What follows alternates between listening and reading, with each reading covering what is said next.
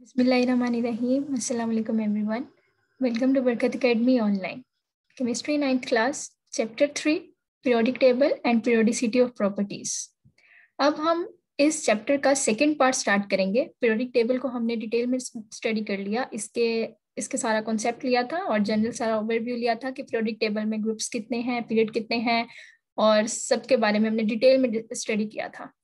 अब इसके बाद है जी पीरियोडिसिटी ऑफ प्रॉपर्टीज. इसका सेकंड पार्ट ये है.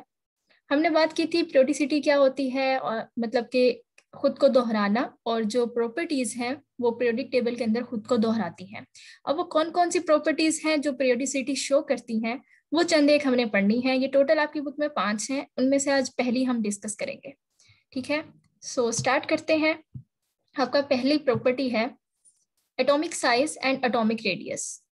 ठीक है, अब नाम से जाहिर है एटॉमिक साइज मतलब एटम का साइज. ठीक, क्या अब एटम का साइज मतलब कि एटम को का साइज मेजर करना कोई आसान काम है? मतलब कि एटम तो बहुत ही छोटा है.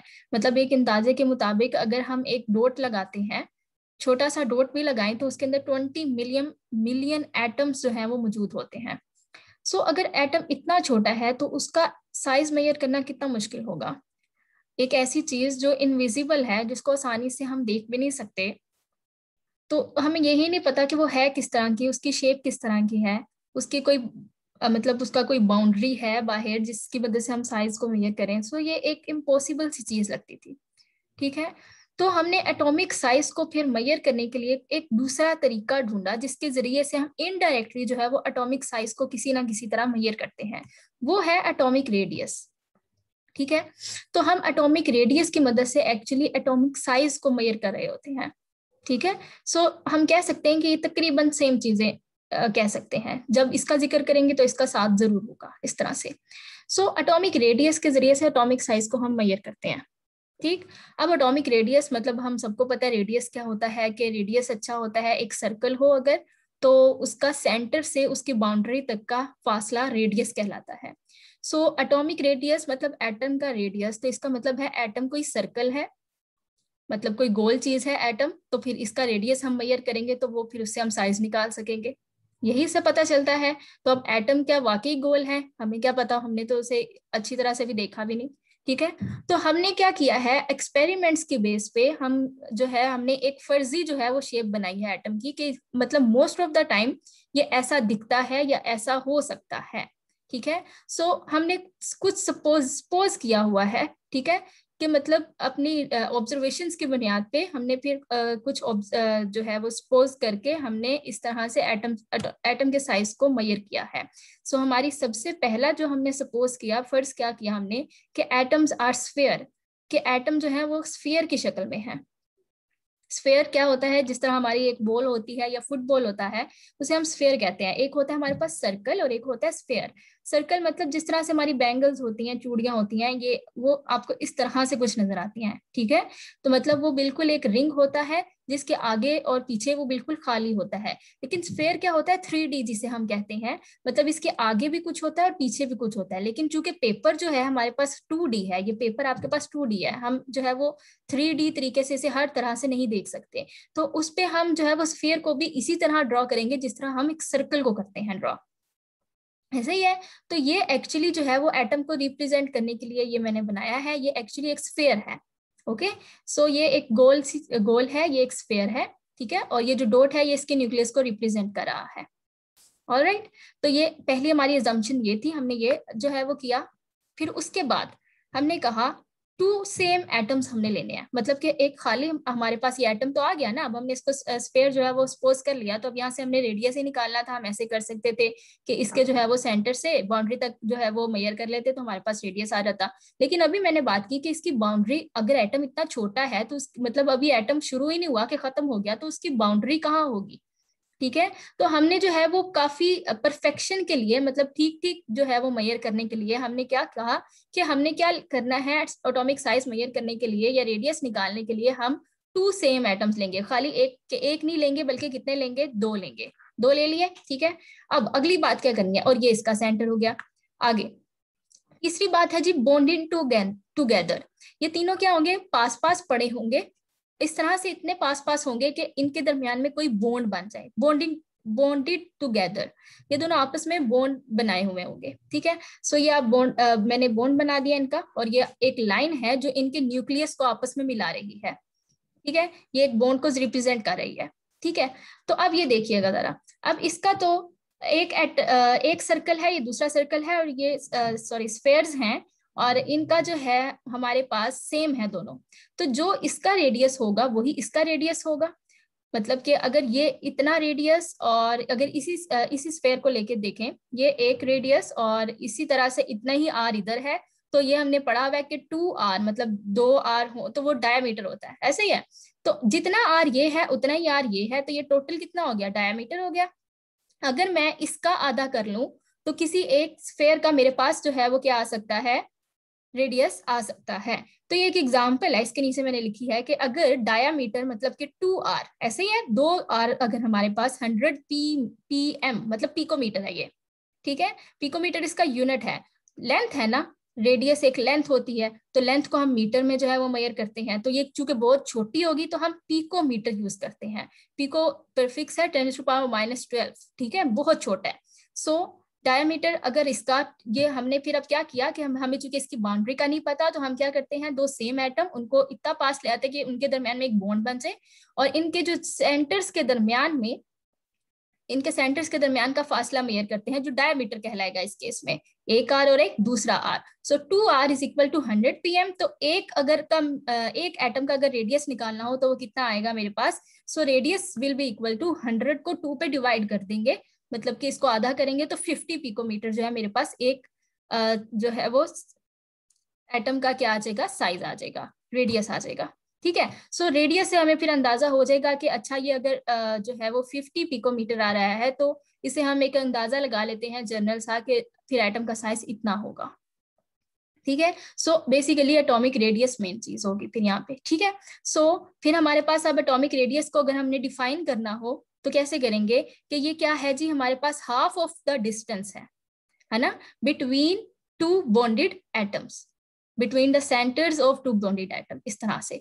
तो ये अगर जनरल सी एक डेफिनेशन देखें, क्या है जी, half of the distance between their nuclei is atomic radius. तो इन दोनों के न्यूक्लियाई के दरमियान का जो डिस्टेंस है, अगर उसका हाफ कर दिया जाए, वो क्या होगा, एक एटम का रेडियस कहलाएगा, ठीक है। तो ये बड़ी सिंपल सी बात थी, ये होता है हमारे पास एटॉमिक रेडियस। ये एटॉमिक रेडियस क्या होता है उसका एक थोड़ा सा एक कॉन्सेप्ट था, ठीक है। तो अब हम चलते हैं क्वेश्चंस की तरफ, ठीक, कि हमसे जो है वो एटॉमिक रेडियस में से, इस टॉपिक में से कौन कौन से क्वेश्चंस पूछे गए हैं। सो आपके पास पहला जो क्वेश्चन आता है इस चैप्टर का, क्वेश्चन नंबर 19 बनेगा, अपने सीरीज के लिहाज से हमने जो शुरू किया है।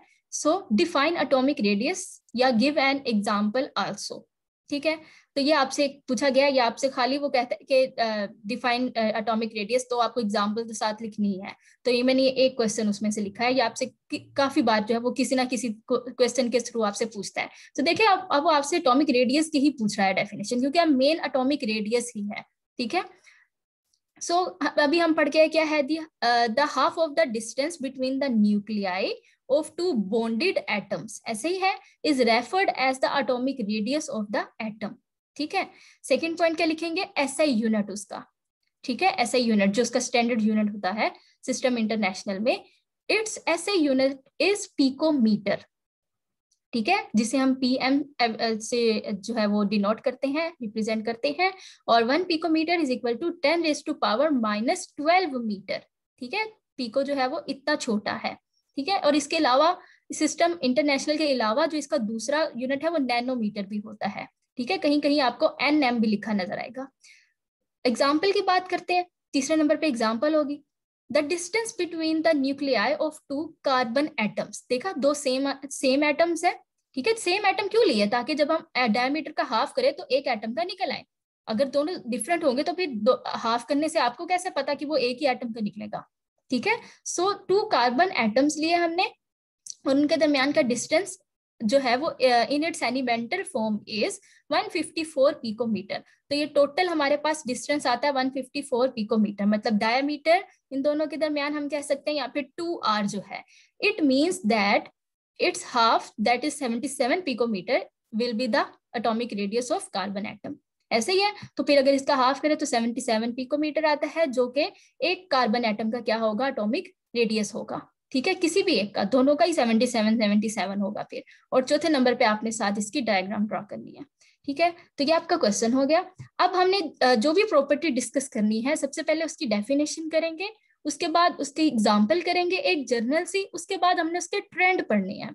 ठीक है, ट्रेंड क्या होते हैं जी, रुझानात, ट्रेंड इन पीरियोडिक टेबल। ठीक है, डेफिनेशन होगी, एग्जाम्पल होगी, और इसके यूनिट्स भी हमने डिस्कस कर लिए। अब क्या है जी ट्रेंड, कि पीरियोडिक टेबल में इसका ट्रेंड क्या है, ट्रेंड मतलब के पीरियड में चलते हुए और ग्रुप्स में चलते हुए, एटम टू एटम ये किस तरह वेरी करती है, मतलब कि पीरियड के अंदर जितने एटम्स मौजूद हैं उनका एटॉमिक साइज का क्या रुझान है, वो जो है वो इधर लेफ्ट से लेकर राइट तक एटॉमिक साइज बढ़ता है, सेम रहता है या कम होता है। ठीक है, ये बताएंगे। और इसी तरह से ग्रुप में बताएंगे कि ग्रुप के अंदर भी ऊपर से नीचे की तरफ आते हुए जितने एटम्स मौजूद हैं, जितने एलिमेंट्स मौजूद हैं, तो एलिमेंट टू एलिमेंट या एटम टू एटम जब आप नीचे की तरफ आएंगे तो आपका साइज जो है वो सेम रहेगा या ज्यादा होगा या कम होगा। तो ये हम पढ़ेंगे कि वो ज्यादा होता है या कम होता है, अगर ज्यादा होगा तो क्यों होगा, कम होगा तो क्यों होगा, सेम रहेगा तो क्यों होगा। तो ये बहुत इंपॉर्टेंट है, ये जानना भी बहुत जरूरी है, और ये आपके पेपर के पॉइंट ऑफ व्यू से भी बहुत इंपॉर्टेंट है। सो ट्रेंड इन पीरियोडिक टेबल को पहले थोड़ा सा समझ लेते हैं, फिर इसके क्वेश्चंस की तरफ चलेंगे। तो सबसे पहले हम पीरियड में डिस्कस करेंगे, फिर ग्रुप में डिस्कस करेंगे। पीरियड में डिस्कस करें तो मैंने एक एग्जाम्पल के तौर पर आपके सामने पीरियड नंबर 2 को लिया है, जो सेकंड पीरियड है हमारे पास, जिसे हम नॉर्मल पीरियड भी कहते हैं। और इसके अलावा इसमें कितने एलिमेंट्स होते हैं, 8 एलिमेंट होते हैं। इसमें से मैंने पीरियड नंबर 2 का पहला एलिमेंट उठाया है और आखिरी एलिमेंट उठाया है। पहला एलिमेंट आपको याद होगा क्या है जी, लिथियम है, जिसका एटॉमिक नंबर 3 होता है। और जो हमारे पास नियोन है वो इसका आखिरी एलिमेंट बनता है, और इसका एटॉमिक नंबर कितना होता है जी, 10 होता है। ठीक है, यहां तक तो हो गया। फिर उसके बाद अब अभी हमें नहीं पता, ऑल्दो के देखने में लग रहा है कि लिथियम बड़ा है और नियोन छोटा है, तो क्यों है।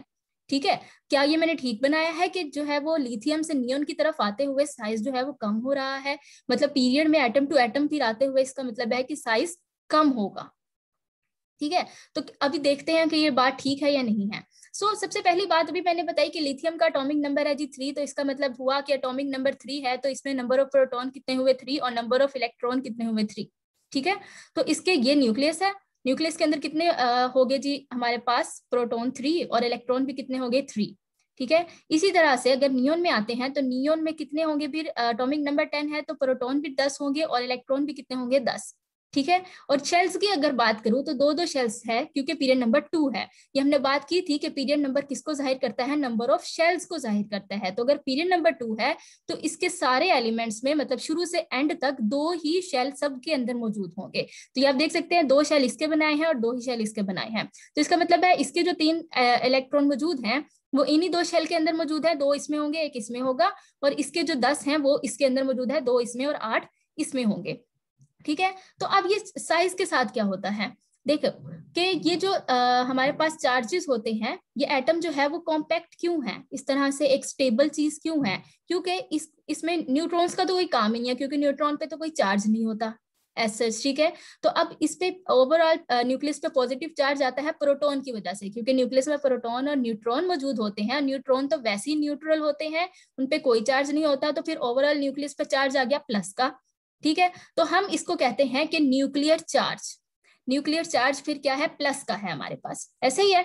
तो अब ये जो प्लस है ये अट्रैक्ट करती है हमारे पास इलेक्ट्रॉन्स को, ये जो आपस इसके शेल्स में इलेक्ट्रॉन्स रिवॉल्व करते हैं, इन पे न्यूक्लियस की अट्रैक्शन होती है, जिसकी वजह से हमारा न्यूक्लियस पूरा एटम जो है वो कॉम्पैक्ट रहता है, स्टेबल रहता है।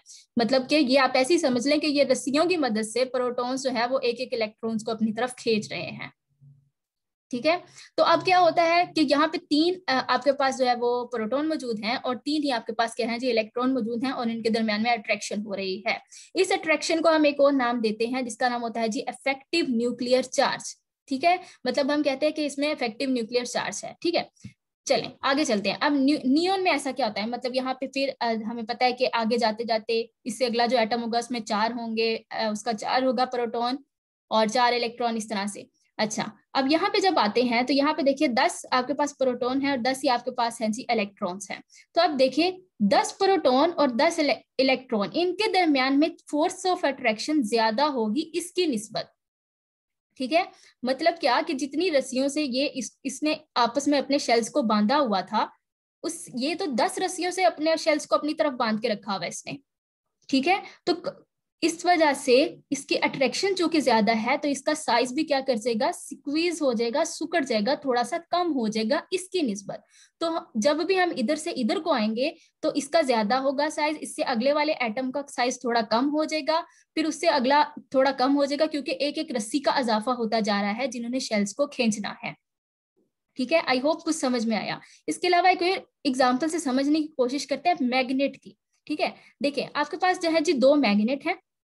ठीक है, सपोज करें आपके पास दो मैग्नेट है, एक बड़ा है एक छोटा है। अब मैग्नेट में भी क्या होता है कि दो मैग्नेट होते हैं, उनपे ऑपोजिट चार्ज होते हैं, तो वो आपस में अट्रैक्ट करते हैं, हमेशा ऑपोजिट चार्ज अट्रैक्ट करते हैं, जहाँ पे पॉजिटिव ने और नेगेटिव ने जैसे यहाँ पे एक दूसरे को जो है वो अट्रैक्ट किया। तो अब एक पे जी आप समझ लें कि पॉजिटिव चार्ज है, एक पे नेगेटिव चार्ज है, इस पे 3 पॉजिटिव चार्ज है, इस पे 3 नेगेटिव चार्ज है, और यहाँ पे ये बड़ा मैग्नेट है क्योंकि इन पे चार्जेस ज्यादा है, चार्जेस ज्यादा तो बड़ा मैग्नेट, इस पे 10 पॉजिटिव चार्ज है, इस पे 10 नेगेटिव चार्ज है।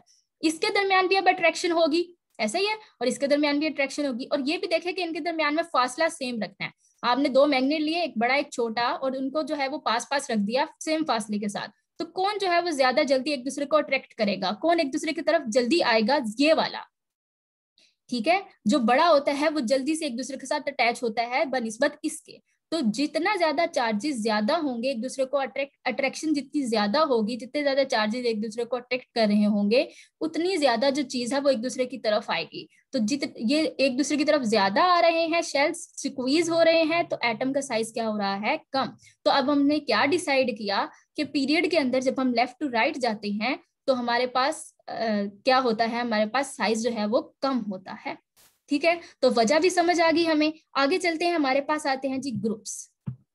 देखें, अब है जी ग्रुप नंबर 1 को ही मैंने लिया है। ग्रुप नंबर 1 का मैंने जो एटम लिया है, ऊपर से एक टॉप से और एक बॉटम से लिया है, वो है जी लिथियम, और यहाँ से जो नीचे से लिया है वो है जी सीजियम। ये है जी पीरियड नंबर 2 का, और ये है जी पीरियड नंबर 6 का। ठीक है, अब देखें, अब मैंने आपको बताया था कि जो हमारे पास होता है ग्रुप नंबर होता है, वो तो होता है जी नंबर ऑफ वैलेंस शेल्स के बराबर। ठीक है, पीरियड नंबर से चलते हैं, तो पीरियड नंबर थे जी नंबर ऑफ वैलेंस शेल्स को, नंबर ऑफ शेल्स को बताते हैं। ठीक है, तो जो ग्रुप नंबर होते हैं वो वैलेंस इलेक्ट्रॉन को, और जो ये है हमारे पास पीरियड नंबर है वो शेल्स को बताते हैं। तो अब हमारे पास ये है जी पीरियड नंबर 2 का एलिमेंट, और नीचे को आते हुए यहाँ पे पीरियड नंबर 2, और नीचे को आते हुए पीरियड नंबर 6 से मैंने ये लिया है। तो अब पीरियड नंबर 2 है, तो इसका मतलब है इसमें 2 शेल हैं, और इसमें कितने शेल हैं जी, 6 शेल हैं। एक तो देखने से नजर आ रहा है कि भाई शेल इतने ज्यादा हो गए कि साइज तो भी बड़ा हो रहा है। ठीक है, थोड़ा सा इसको मजीद समझते हैं कि ये देखें, अब मतलब एक तो ये है ना कि इसमें भी इसका एटॉमिक नंबर है जी 3 और इसका एटॉमिक नंबर है जी 55। ठीक है, तो वही बात होगी कि अगर जो है वो यहाँ पे प्लस और माइनस जो है वो बढ़ रहे हैं, यहाँ से यहाँ को प्लस से माइनस जो है वो बढ़ रहे हैं, तो मैंने अभी कहा कि अगर मैग्नेट जो है वो बड़ा हो रहा है, मैग्नेट बड़ा है, जितने ज्यादा पॉजिटिव नेगेटिव बढ़ते जाएंगे उतनी ज्यादा अट्रैक्शन ज्यादा होगी, तो एटम का साइज तो कम हो जाना चाहिए था, तो ये ज्यादा क्यों हो गया। ठीक है, तो फिर क्यों ज्यादा हो गया, शेल्स की वजह से। वहां पे याद करें, वहां पे शेल्स क्या थे, सेम थे, फासला सेम रह रहा था बिल्कुल। ठीक है, अब देखिए इसके दरमियान में फासला बढ़ गया है, तो इस वजह से इनके दरमियान में अट्रैक्शन जो है वो कम हो रही है। इसका जो होल्ड है, इस वाले इसमें जो इलेक्ट्रॉन मौजूद होगा इस शेल में, उस पे उसका होल्ड उतना अच्छा नहीं रहेगा, इसकी अट्रैक्शन कम होती जाएगी। जितनी होनी चाहिए थी उतनी अट्रैक्शन नहीं हो रही, अगर उतनी अट्रैक्शन होती तो ये साइज कम हो सकता था। अब इसकी अट्रैक्शन कम हो रही है क्योंकि दरमियान में इतने ज्यादा शेल्स आ गए हैं। ठीक है, अब दरमियान में इतने ज्यादा शेल्स हैं, यहाँ पे इतने सारे नेगेटिव चार्जेस मौजूद होंगे, तो वो क्या करेंगे जी, इस पे पड़ने वाला इफेक्ट कम कर देंगे, जिसकी वजह से इसका साइज जो है वो थोड़ा सा एक्सपेंड करता है, फैल जाता है। तो ऊपर से नीचे की तरफ आते हुए हमारा जो साइज है वो बड़ा होता जाता है, क्योंकि नंबर ऑफ शेल्स भी बढ़ते हैं, और इसके अलावा जो हमारे पास इफेक्टिव न्यूक्लियर चार्ज या अट्रैक्शन है वो कम होती जाती है। इसकी एग्जांपल भी अगर मैग्नेट के थ्रू लेने की कोशिश करें तो वही एग्जांपल है कि हमारे पास एक बड़ा मैग्नेट है, एक छोटा मैग्नेट है। ठीक है, एक छोटा मैग्नेट है और एक बड़ा मैग्नेट है, तो क्या है जी, हमारे पास जो छोटा मैग्नेट है उस पर चार्जेस कम है, और बड़ा मैग्नेट है उस पर चार्जेस ज्यादा है। ठीक है, एग्जाम्पल सेम वही है, लेकिन क्या किया, वहां पे हमारा सेम डिस्टेंस पे हमने उनको रखा था, लेकिन अब क्या करना है, छोटे वाले मैग्नेट जो है वो उसी डिस्टेंस पे रखा, लेकिन जो बड़ा मैग्नेट है उसका दरमियान में डिस्टेंस ज्यादा कर दिया। ठीक है, तो अभी भी क्या ये उतनी ही स्पीड से आके जुड़ेंगे? नहीं। ठीक है, अब ये उतनी स्पीड से आके नहीं जुड़ेंगे, बल्कि क्या करेंगे, इनके आपस में फोर्स ऑफ अट्रैक्शन जो है वो कम होती जा रही है, क्योंकि हमने इसे एक्सपेंड कर दिया है। तो ये इसकी एग्जांपल थी एक छोटी सी। तो आई होप ये अब समझ में आ गया। तो पीरियड में ऊपर से नीचे आते हुए आपका साइज क्या करेगा, इंक्रीज करता जाएगा। तो ये इसकी जो है वो इसकी रीजन भी हमने साथ डिस्कस की। अब हम चलते हैं जी जल्दी से क्वेश्चंस पे। ये सारे इसके क्वेश्चन है जो ट्रेंड में से आपसे पूछे गए हैं, मतलब किस ग्रुप में से भी और पीरियड में से भी। सो बात करते हैं, what is the trend of atomic radius in period and group. ठीक है, पीरियड में भी और ग्रुप में भी, दोनों में इकट्ठा पूछ लिया उसने। फिर आपसे वो पूछता है, briefly describe the trend of atomic radius in a group. Group में पूछ रहा है, why the size of atomic of atoms decrease in a period. ठीक है, why the size of atom decrease in a period. अब वो उसने trend बता दिया है कि क्यों डिक्रीज करता है, पीरियड में डिक्रीज किया था। ठीक है, तो वो क्यों करता है, रीजन बताइए। एंड फिर वो पूछता है, व्हाई डज एटॉमिक साइज और radius increase in a group. तो एक ग्रुप में इंक्रीज क्यों करता है। सो आपसे वो रीजन भी पूछ सकता है, खाली ट्रेंड भी पूछ सकता है। अगर वो सिर्फ आपसे पूछ रहा है कि ट्रेंड क्या है, तो इसके साथ रीजन आपने लाजमी साथ लिख देनी है। ये जरूरी नहीं कि वो आपसे रीजन पूछेगा तो आपने रीजन लिखनी है, बस आपने ट्रेंड में ये लिखना है जी कम हो रहा है या ज्यादा हो रहा है, ऐसा नहीं है। आपने इसके साथ रीजन मेंशन करनी है। ठीक है, तो शुरू करते हैं हम। सबसे पहले trend of atomic radius in a period, पहले पीरियड को पढ़ेंगे, फिर मतलब कि वो ज्यादा होता है या कम होता है और उसकी रीजंस पढ़ेंगे। ठीक है, और इसी तरह से फिर हम ग्रुप में पढ़ेंगे और उसको भी पढ़ेंगे, ज्यादा या कम होता है और उसके रीजंस पढ़ेंगे। सो एटॉमिक साइज या एटॉमिक रेडियस, मतलब दोनों के लिए सेम आपने लिखना है। एटॉमिक रेडियस या atomic size decreases in a period. अब यही पढ़ के आए हैं कि क्या होता है, दाएं से बाएं जाते हुए हमारे पास ये क्या होता है, लेफ्ट टू राइट डिक्रीज होता है। रीजन की बात करें तो रीजन वही है कि when we move from left to right in a period atomic number increases. ठीक है, एटॉमिक नंबर इंक्रीज होता है। The effective nuclear charge increases, attraction बढ़ती जाती है ग्रेजुअली, मतलब बतदरीज बढ़ती जाती है, because of addition of more and more protons in the nucleus. ठीक है, मतलब कि ज्यादा से ज्यादा प्रोटॉन तो बढ़ते जा रहे हैं, लेकिन दूसरी तरफ उनका जो फासला है वो सेम है। But on the other hand, addition of electrons take place in the same valence shell. That is, number of shells do not increase. क्योंकि number of shells increase नहीं हो रहे.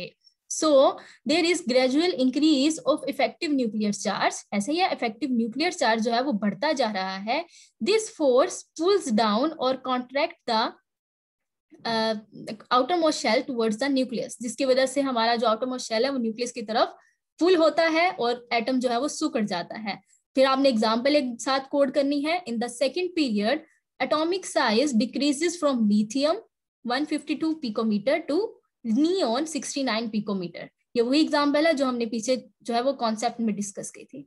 ठीक है, तो ये बहुत आसान सी बात है, इफेक्टिव न्यूक्लियर चार्ज इसकी मेन रीजन है। ठीक है, और सेकेंड आपके पास नंबर ऑफ शेल्स सेम रहते हैं। आगे चलते हैं, trend of atomic radius in a group.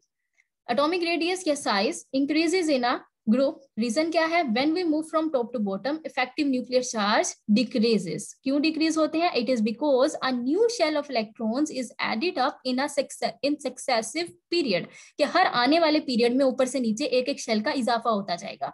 ऐसे ही है। So the pull of outermost shell toward nucleus decreases.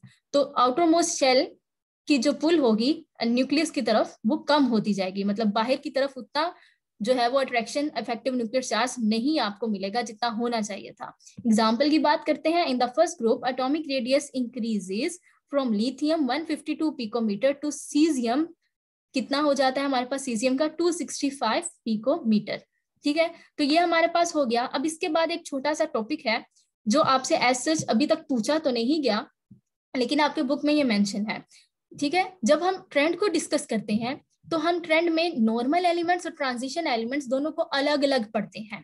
ठीक है, अभी तक जो हमने डिस्कस किया पीछे एटॉमिक साइज को, वो हमने नॉर्मल एलिमेंट्स में डिस्कस किया। पहले 2 ग्रुप हमारे पास और आखिर के 6 ग्रुप।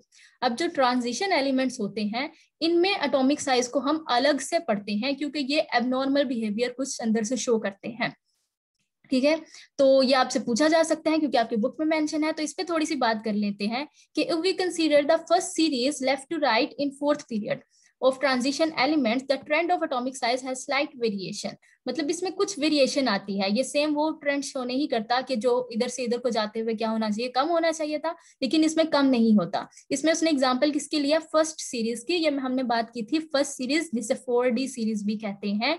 मतलब पहली रो जो हमारे पास आती है उसे हम 4D सीरीज कहते हैं, पहली रो ट्रांजिशन 3D सीरीज कहते हैं, जो हमारे पास फोर्थ पीरियड में आती है। फोर्थ पीरियड से ट्रांजिशन एलिमेंट शुरू होते हैं जिसे हम 3D सीरीज कहते हैं, left to right in fourth period. ऐसा ही है, ये मैंने साथ मेंशन कर दिया कि फर्स्ट सीरीज जिसे हम फोर्थ पीरियड में लेफ्ट टू राइट जाते हुए जो पहली सीरीज आती है, उसमें अगर हम ट्रांजिशन मेटल्स में कंसीडर करें, ये पढ़ने की कोशिश करें एटॉमिक साइज को, तो वो वाला बिहेवियर नहीं दिखाते जो नॉर्मल एलिमेंट्स दिखाते हैं। इनमें क्या होता है, atomic size of elements first decreases, मतलब शुरू में तो सेम दिखाते हैं कि शुरू में ऐसे नॉर्मल एलिमेंट से आते हुए पहले तो कम होता है, ठीक है, और एटम कॉन्ट्रैक्ट्स, या तो मतलब फर्स्ट डिक्रीजेस मतलब एटम का साइज कम होता है, या इसका मतलब यही हुआ कि एटम सिकुड़ता है, बट देन इट इंक्रीजेस।